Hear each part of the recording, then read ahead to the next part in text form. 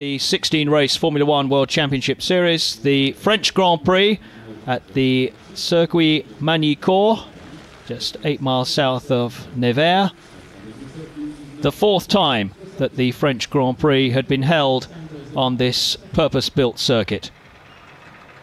The return of the 1992 champion Nigel Mansell to the colours of Williams-Renault, attracting most of the media attention. But it was Damon Hill who pipped his new teammate by 77 thousandths of a second for pole position. For the first time in 1994, Williams-Renault occupied the front row of the grid. The championship leader, Michael Schumacher, started from row 2. Jos Verstappen replaced JJ Leto in the number 6 Benetton Ford and started from row 4. Martin Brundle in the McLaren Peugeot on row 6, with the Ligiers showing up well on their home circuit, the circuit where they do most of their testing and development. John Herbert from Great Britain, Lotus Mugen, starting from the 10th row, an all-Italian 11th row with the experienced Michele Alboreto alongside Gianni Morbidelli, and a mixture of Lotus, Simtek and LaRousse cars on the last 2 rows, with 5.5 seconds covering the grid between the pole position man and Jean-Marc Gounon in 26th spot on the grid. Damon Hill, the third pole position of his career and his first of 1994. Great start from Michael Schumacher, found him bursting between the two Williams-Renaults and taking the lead by the very first corner. Schumacher in first place, Hill pushed back down to second, Mansell holding on to third as Jean Alesi in the first of the Scarlet Ferraris number 27 came up to make a challenge. Gerhard Berger followed Alesi in the second Ferrari, and then came Eddie Irvine in 6th place in the first of the Jordans.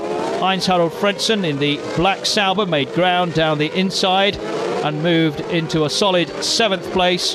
All 26 cars negotiated the first lap without any trouble.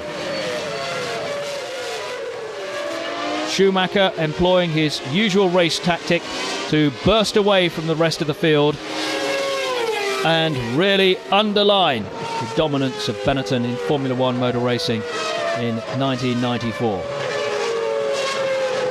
French Grand Prix, important for a number of teams and manufacturers. Williams, of course, running with Renault engines, and further down the grid, McLaren with Peugeot engines, Peugeot having come into Formula One at the start of this season. The view from Jean Alesi's car, looking up ahead towards Nigel Mansell in the Williams-Renault, who was occupying third.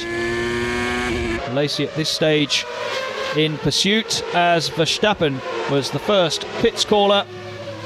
He needed a new nose cone on his Benetton after he'd skated across the sand and gravel at the chicane and severely damaged the front end of his car. Good work by the Benetton pit crew had Verstappen rolling again within 27 seconds, despite a considerable amount of damage done when he took the shortcut. Spectacular when Zanardi in the Lotus suddenly found that his engine was on fire. He managed to crawl the Lotus to a halt by the fire marshals. That quickly extinguished.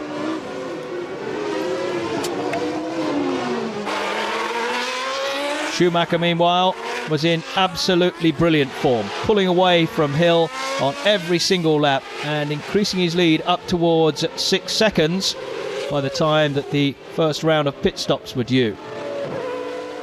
Eddie Irvine in the Jordan number 15, his race came to an end at the side of the track.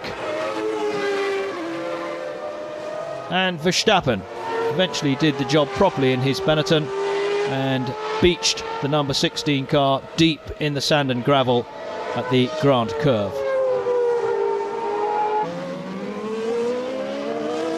Panis and Morbidelli in collision, which almost collected the race leader and the championship pretender. Michael Schumacher managing to avoid that collision by making it the long way round the outside. Martin Brundle's race came to a smoking end and the engine of his McLaren Peugeot gave up. Schumacher in for a pit stop. And the Benetton pit work, as it has been all season, in absolutely prime form. Hill, though, still managed to snatch the lead from Schumacher as a result of that pit stop. Alesi, his chance went when he spun and, trying to regain the circuit, collided with the Jordan of Rubens Barrichello.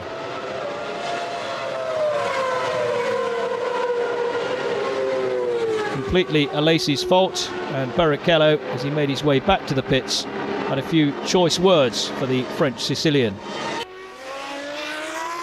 Schumacher, harrying Hill, had closed the gap right up to the Williams Renault by the time that Hill pulled off for his pit stop. Hill losing the lead then to Schumacher. Good view of the action from the helmet camera on the refueler. Nigel Mansell's race came to a close when he pulled off the circuit, having been running as high as third. He'd gone down to sixth and retired with some mechanical problem. The Peugeot engine of the McLaren number 7, Mika Häkkinen's car, burst into flames. Not the best advert for Peugeot in front of the competition. Schumacher, meanwhile, was in supreme form, stretching his lead to 17 seconds over Damon Hill. The checkered flag, he'd coasted to victory. 72 laps of the 2.64 mile circuit. He pulled to a halt immediately afterwards just to congratulate his team on the pit wall. Damon Hill came in second place, and Gerhard Berger in the number 28 Ferrari was third. Brilliant victory for Schumacher, who's now completed 6 out of 7 wins in the championship. Heinz-Harald Frentzen in the Sauber came home fourth, a career best finish for him. Pierluigi Martini in the Minardi up from 15th to 5th. And Andrea De Cesaris just held off Johnny Herbert for 6th place by 0.06 of a second.